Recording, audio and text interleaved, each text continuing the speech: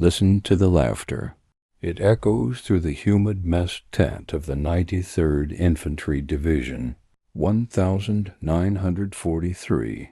A group of white officers is gathered around a table, pointing fingers and wiping tears from their eyes. In the center sits a black private, silent, meticulously cleaning a World War I relic, a Springfield rifle, fitted with a cheap civilian hunting scope he ordered through the mail. "Look at that junk," a sergeant wheezes. "Hey boy, you gonna hunt squirrels with that toy while the real men do the fighting?" The mockery is loud, it is cruel, it is confident, and then silence, absolute, suffocating silence. We are now 400 yards deep in the green hill of Bougainville. The air is thick with the rot of the jungle. High in the canopy, an elite Imperial Japanese sniper adjusts his aim, convinced he is a ghost. He never hears the bolt slide forward. Crack. The sound is dry, precise, and final. A body plummets from the treetops, crashing through the vines and hitting the mud with a sickening thud. The screen goes black. They called it a toy from a catalog. 4 days later, they called him a savior. You are about to witness the true story of the segregated sharpshooter who turned a $2 scope into a weapon of mass destruction. To understand why a man would stake his life on a $2 scope sent through the mail, you first have to understand the hellscape of Bougainville in 1943. This wasn't just an island. It was a steaming, rotting petri dish of malaria and dysentery. A place where the mud was deep enough to swallow a boot, and the humidity was thick enough to drown a man standing up. But for the soldiers of the 93rd Infantry Division, the environment was only half the battle. They were the Blue Helmets, the first African American Infantry Division to be activated during the war. Yet they had traveled halfway across the world, only to find that the color line had followed them across the Pacific. In the eyes of the High Command, these men weren't warriors. They were glorified stevedores. While white units were briefed on tactical maneuvers and search and destroy missions, the men of the 93rd were ordered to unload cargo ships, dig latrines, and stack crates of Spam until their backs broke. They were treated as an endless supply of manual labor, their uniforms serving as nothing more than work clothes for the Empire's heavy lifting. The disrespect was woven into the very steel they carried. As the white infantry units marched past them toward the front lines, they carried the M1 Garand, the semi-automatic marvel that General Patton called the greatest battle implement ever devised. It was sleek, fast, and spat out 8 rounds as quickly as a man could pull the trigger. But when the quartermaster opened the crates for the black troops, there were no Garands. Instead, they were handed the M1903 Springfield. It was a bolt-action relic from the First World War, a long, heavy, slow-firing rifle that belonged in a museum, not in a modern jungle ambush. The symbolism was brutal and clear. The Army didn't trust them with the new firepower. They were given the leftovers, the scraps, the weapons of a bygone era. The mockery was open and relentless. White officers would stop their jeeps to jeer at the black sentries cleaning their antique weapons. They called the Springfields walking sticks and joked that by the time a soldier cycled the bolt, the war would be over. The protagonist of our story stood silently in the face of this ridicule, holding his obsolete rifle with a grip that turned his knuckles white. He didn't argue. He didn't complain. He simply cleaned the bore of his weapon until it shone like a mirror, ignoring the taunts that he was carrying a piece of old trash that couldn't hit a barn door. The officers laughed because they believed technology won wars. They believed that fire superiority, throwing more lead downrange than the enemy, was the only metric that mattered. They were arrogant, loud, and confident in their modern machines. But the jungle has a way of punishing arrogance. The turning point came on a Tuesday morning, under a sky the color of bruised iron. A patrol of white officers and their elite radiomen pushed out beyond the perimeter, confident in their semi-automatic rifle and their air support. They moved loudly, hacking through the vines, trusting in their volume of fire to suppress any resistance. They didn't realize that the Japanese Imperial Army didn't fight with volume. They fought with silence. Deep in the canopy, tied to the trunks of massive banyan trees, the Japanese snipers waited. They were ghosts, camouflaged so perfectly they looked like knots of wood. When the patrol entered the kill zone, the trap snapped shut. It wasn't a battle. It was an execution. The first shot rang out from nowhere, dropping the point man. Then the radio man fell, his equipment shattered. The white troops panicked, spraying thousands of rounds into the green wall of the jungle, their M1 Garands cycling frantically. But they were shooting at leaves. They couldn't see what was killing them. The invisible enemy picked them apart one by one, targeting the officers, the leaders, the men who had laughed at the old trash just days before. By the time the survivors crawled back to the perimeter, dragging their dead, the laughter had died.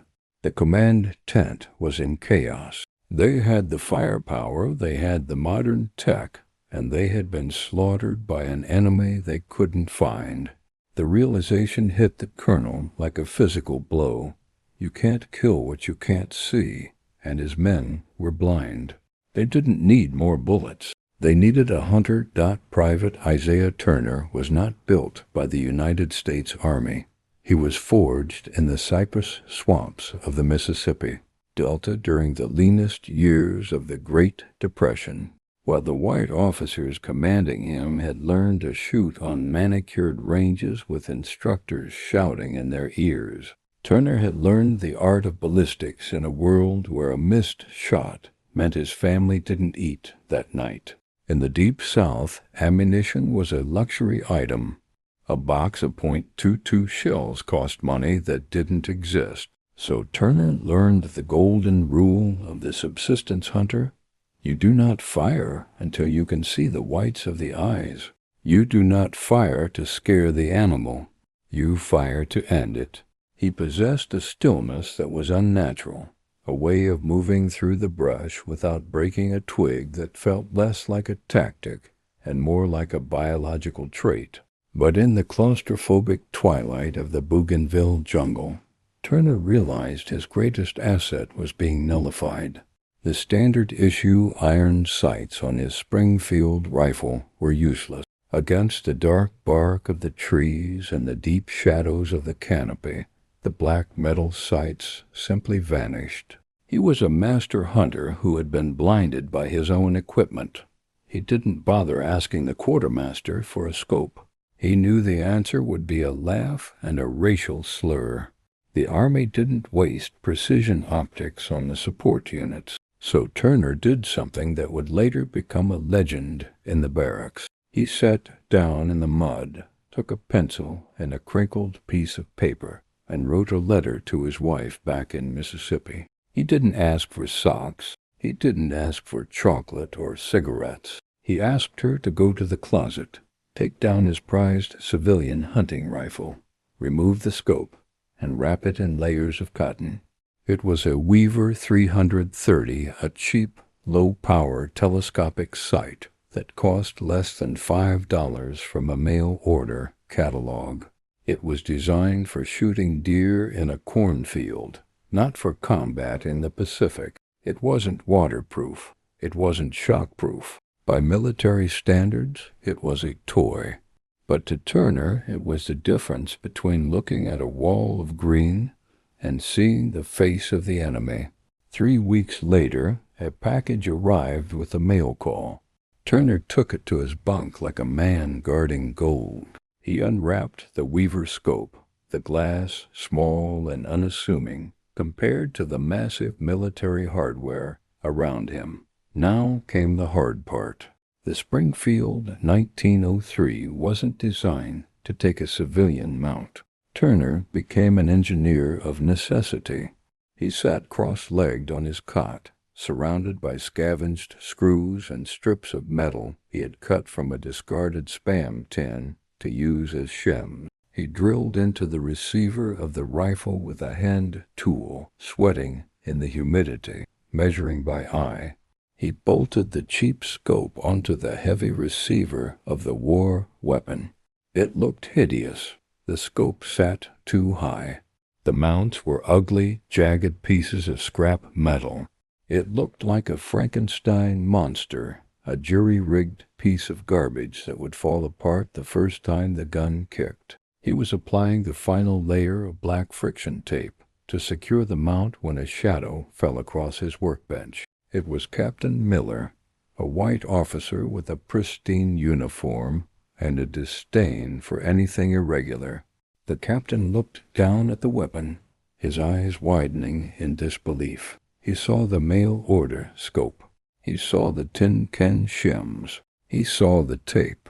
A smirk curled the corner of his lip. He kicked the leg of the cot to get Turner's attention. "What in God's name is that, Private?" The captain sneered, his voice loud enough to draw a crowd of snickering soldiers. "Is that a Sears Roebuck special? Did your mommy send you a toy so you can play soldier?" The surrounding troops erupted in laughter. The captain leaned in close, looking at the cheap glass. "We are fighting the Imperial Japanese Army, son, not raccoons. You gonna kill a rabbit with that mail-order trash? Or are you just hoping the Japs die laughing when they see you holding it?" Turner didn't look up. He didn't respond. He just tightened the last screw, knowing that the only thing that mattered was the view through the glass. The laughter in the mess tent didn't last long. It was strangled in the throat by the reality of the Buchenwald perimeter, a place where the tactical situation deteriorated from a stalemate into a slaughterhouse within 48 hours. The Japanese Imperial Army had turned the jungle into a three-dimensional kill box. They realized that the Americans relied on structure, on heavy radio equipment, and on the psychological comfort of medics. So the Japanese snipers lashed high in the canopy with hemp ropes to keep them from falling when hit, began a campaign of surgical assassination. They didn't shoot the rifleman. They waited for the man carrying the heavy radio backpack. Crack! The radio was destroyed. The line to artillery support cut. Then they waited for the cry of medic. When the corpsman rushed out, a red cross painted on his helmet, he was dead before his knees hit the mud. It was a systematic dismantling of the American command structure, executed by invisible men who were willing to rot in the trees for days just to take a single perfect shot. The American response was ferocious and completely ineffective. The white infantry units, armed with their modern M1 Garands, reacted with the doctrine of fire superiority. They poured thousands of rounds into the canopy. The air was filled with the roar of semi-automatic fire, shredding leaves, splintering branches, and turning the jungle ceiling into falling confetti. But bullets are useless if they don't have a target. The Japanese snipers simply pressed themselves against the backside of the massive ironwood trunks, waiting for the Americans to run dry. When the ping of the empty Garand clips echoed through the clearing, the Japanese fired again. The jungle absorbed the American fury and gave nothing back but silence and casualties. The morale of the unit began to fracture. They were fighting a ghost, and their modern weapons were just expensive noisemakers. It was in the middle of this chaos, with the triage tent overflowing and the officers shouting into dead radios, that Private Turner made his move. He approached Captain Miller, the same officer who had mocked his Sears Roebuck rifle days earlier. The captain was covered in grime, his eyes wide with the frantic energy of a man losing control of his sector. Turner stood at attention, his customized 1903 Springfield slung over his shoulder, the cheap Weaver scope glinting dully in the shadows. He didn't ask for a squad. He didn't ask for a support gunner. He asked for permission to go freelance. He asked to hunt. The captain looked at the black private with a mixture of exhaustion and disbelief. In the rigid hierarchy of 1943, this was insanity. Support troops didn't volunteer for suicide missions, but the captain looked at the body bags lining the mud. He looked at the terror in the eyes of his own men. He realized he had no other option. He didn't think Turner would succeed. He thought Turner would be dead in an hour, another statistic to file away. "You want to go out there alone?" The captain spat, gesturing wildly at the green wall of the jungle. "With that piece of junk? Fine. Go ahead. Get out of my sight. If you want to die in the bush, that's your business. Just don't expect us to come looking for you." Turner didn't salute. He didn't say a word. He checked the friction tape on his scope one last time. He stripped off his heavy webbing, his helmet, and his canteen, anything that rattled, anything that made noise. He kept only his rifle and a pocket full of .3006 cartridges. He turned his back on the safety of the perimeter and walked toward the tree line. The other soldiers watched him go, shaking their heads, expecting the crack of a Japanese rifle to drop him instantly. But Turner didn't walk like a soldier. He slumped his shoulders, bent his knees, and moved with a fluid rolling gait that made no sound. He stepped into the undergrowth and didn't just enter the jungle. He merged with it. One second he was there, a man with a mail order toy, and the next second he was gone, dissolved into the shadows, hunting the hunters on their own ground. Once the jungle swallowed Private Turner, he ceased to be a soldier in the United States Army and returned to his natural state, a predator of the Mississippi Delta. The first thing he did was strip the heavy steel helmet from his head and leave it in the mud. To a hunter, a helmet was a liability. It caught on vines, it rang like a bell if it scraped against bark, and it ruined his peripheral hearing.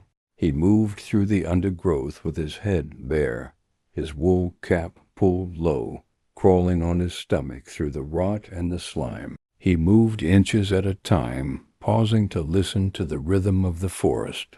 The birds were his radar. The insects were his alarm system. He wasn't fighting the jungle like the white troops. He was wearing it. 2 hours into the stalk, he found his first target. It wasn't a silhouette or a shape.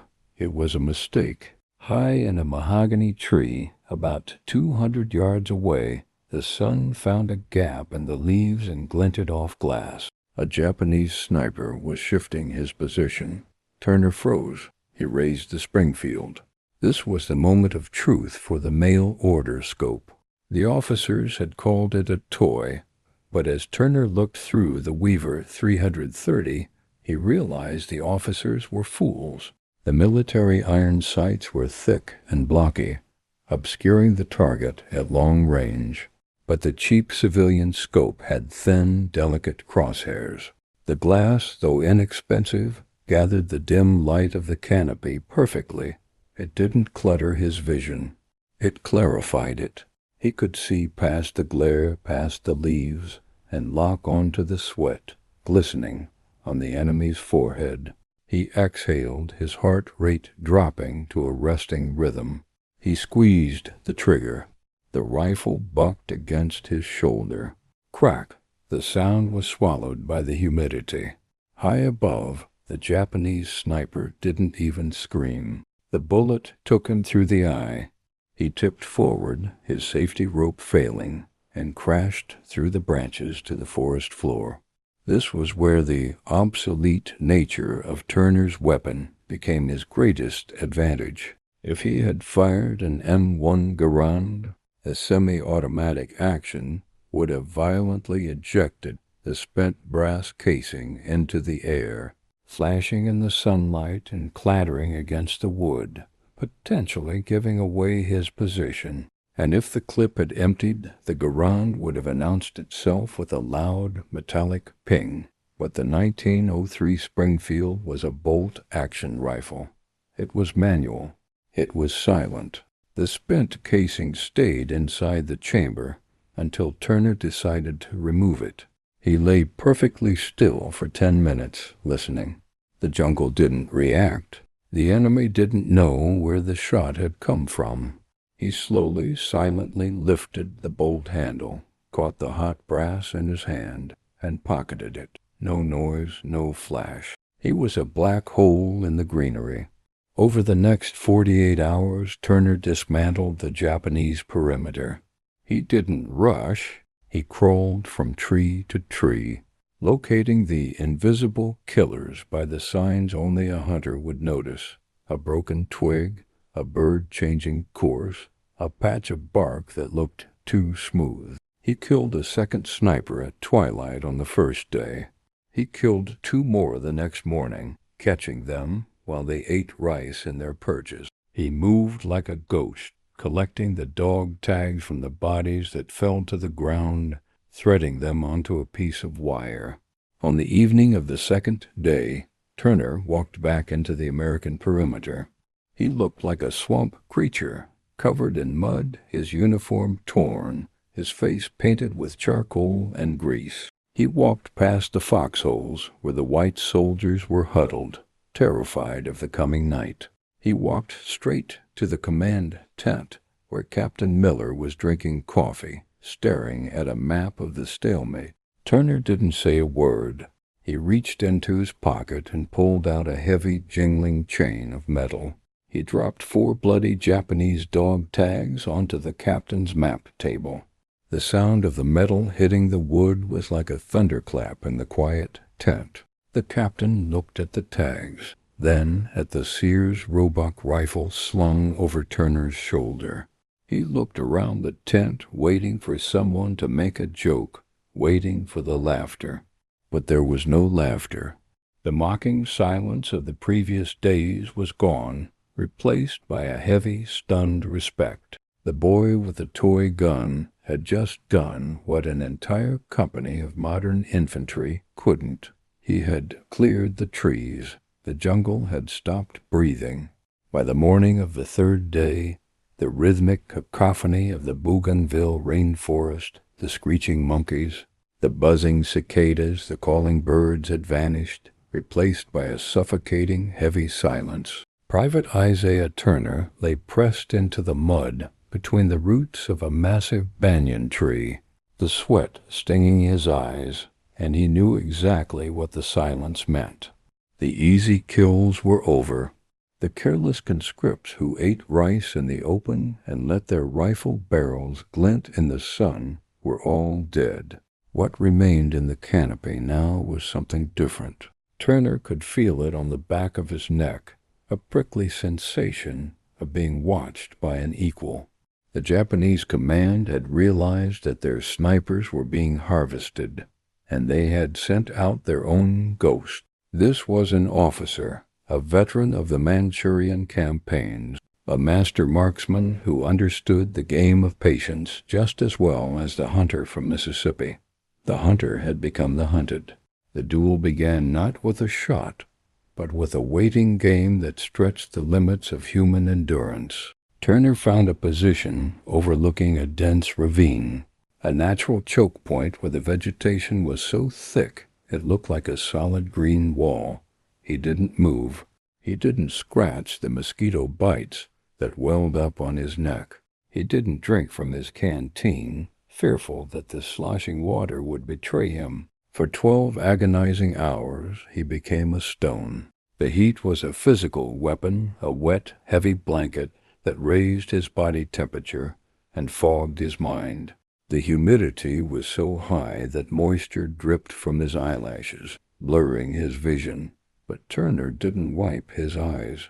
He knew that up in the trees 80 yards away, the Japanese officer was doing the exact same thing. He was tied to a branch, waiting for Turner to twitch, to shift his weight, to blink. It was a contest of will, a brutal test of who could suffer the most without breaking discipline. This was the moment where the toy scope, the $5 Weaver 330 that the officers had laughed at, proved its supremacy over military engineering. Standard-issue military sniper scopes of the era were powerful, offering high magnification to drill a target at long range.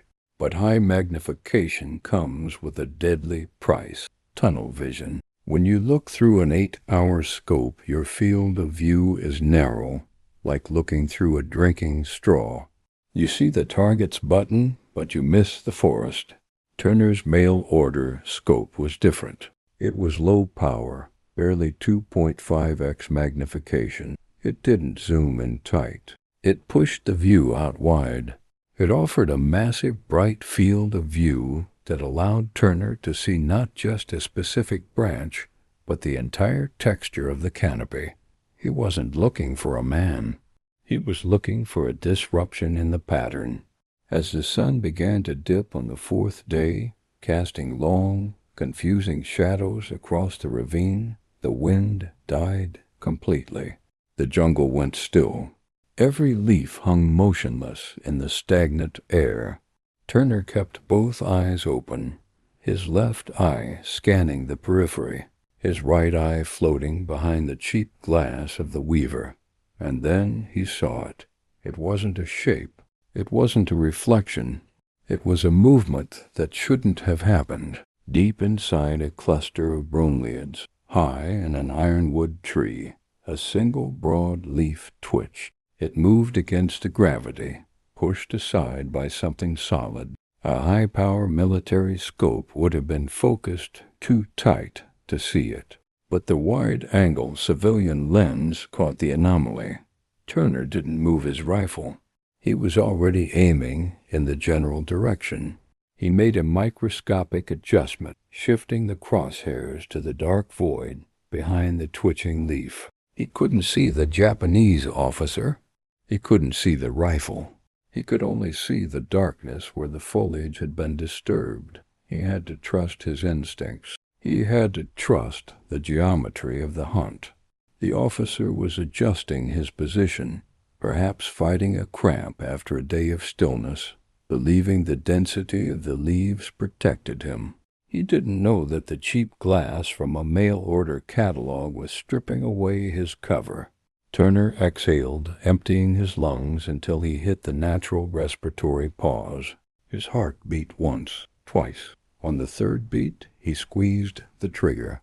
The 1903 Springfield kicked into the mud. Crack! The sound tore through the silence of the ravine. For a second, nothing happened. There was no scream. There was no return fire. And then, slowly, a dark shape detached itself from the shadows of the ironwood tree. The Japanese officer tipped forward, his camouflage netting catching on the branches as he fell. He tumbled through the canopy, crashing through the vines, and hit the jungle floor with a wet, heavy finality. Turner cycled the bolt, catching the brass, and watched. No movement. The duel was over. He had won not with superior firepower, but with superior vision. He crawled forward to confirm the kill. The officer had been hit perfectly through the gap in the leaves. That was number 11.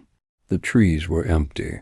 The mail-order rifle had just cleared the sector, and the Mississippi hunter stood alone in the quiet, the undisputed master of the jungle. The return of Private Turner to the perimeter was not marked by cheering or backslapping. He walked out of the tree line like a man returning from a graveyard shift, his uniform stiff with dried mud and blood that wasn't his eyes sunken deep into his skull. He didn't report to the command tent to brag. He walked straight to the water lister bag, drank a long draught of warm, chlorinated water, and then sat down on a crate to clean his rifle. But this time, no one laughed. The atmosphere in the camp had shifted tectonically. Earlier that morning, a white patrol led by a lieutenant had pushed into the sector Turner had just cleared. They had gone expecting an ambush, fingers trembling on their triggers. Instead, they found a morgue. The patrol returned pale and quiet. They reported to Captain Miller not with tactical maps, but with descriptions of a massacre that defied belief. They had found the Japanese snipers, all 11 of them. They found them hanging in the trees or sprawled at the base of the roots. The report was specific and chilling. Every single enemy soldier had been killed with a single shot. There were no spray and pray wounds. There were no gut shots. It was surgical. 1 bullet, 1 kill. The patrol described finding the Japanese officer, the terror of the sector, lying face down with a hole through his chest that had threaded a needle through the dense foliage. The white soldiers who had spent weeks firing blindly and hitting nothing looked at the bodies and realized that the boy with the toy gun was the deadliest thing on the island. Captain Miller walked over to where Turner was sitting. A group of soldiers had gathered, but they stood back, giving the sniper a wide berth. The mockery was gone, replaced by a confused, heavy silence. They looked at the Springfield rifle, leaning against the crate, the rusted bolt, the electrical tape, the cheap civilian scope, and they couldn't reconcile it with the carnage they had just witnessed. It broke their understanding of the war. They had the best gear money could buy, and they had failed. Turner had a piece of junk, and he had won. Miller stood over Turner, looking down at the weapon. The arrogance was drained from his face, replaced by a look of unsettling realization. He knew he couldn't give Turner a medal. The politics of the segregated army in 1943 meant that a black private killing 11 enemy. Sniper's solo was a story that headquarters would bury. There would be no Silver Star. There would be no promotion. The credit would be diffused to the unit or ignored entirely. Turner knew it, and Miller knew it. But the hierarchy had been broken in that moment. The officer needed to know. He needed to understand how his judgment had been so catastrophically wrong. The patrol found them, Miller said, his voice quiet, lacking the bluster of the previous days. All of them, 11 then. They said it looked like they were struck by lightning. Turner didn't stop wiping the oil from the bolt of his rifle. He didn't look up. They were careless, sir. They got comfortable. Miller stared at the scope. The Weaver 330. The glass was scratched on the outside, the metal tube worn silver at the edges. It looked like something a child would put on a BB gun.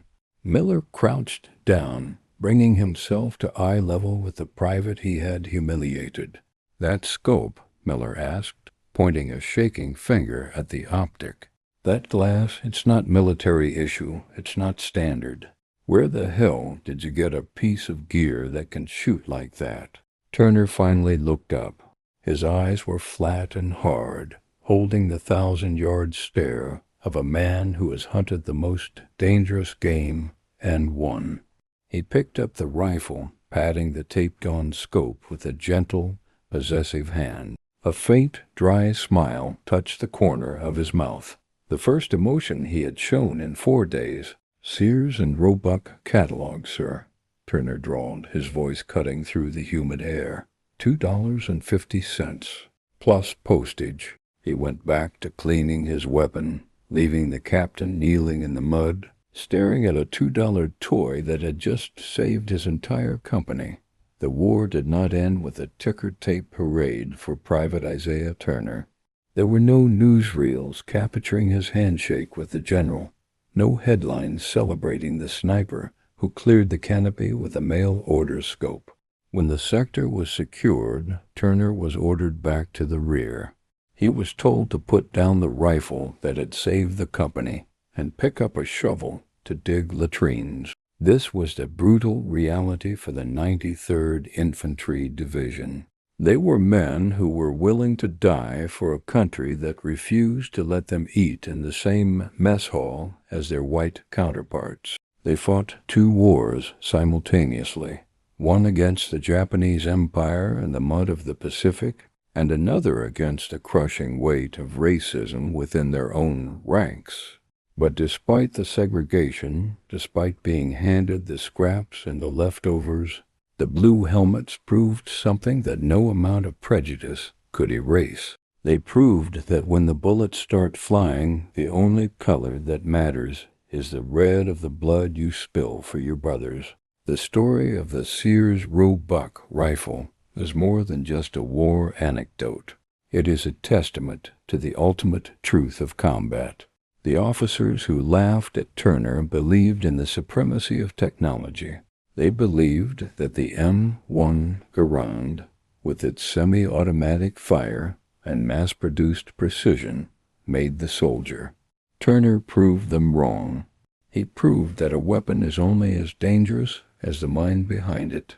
You can give a coward a cannon, and he will miss. But give a hunter a rusted bolt-action relic and a $2 piece of glass, and he will change the course of history. It wasn't the mail-order scope that killed 11 elite snipers. It was the man who knew how to use it. It was the grit of a soldier who refused to let the world tell him what he was worth. History is a narrative often written by the powerful, and the powerful have a habit of forgetting the men like Isaiah Turner. They try to sanitize the record, to bury the stories of the segregated units in the footnotes of the textbooks. But the truth is stubborn.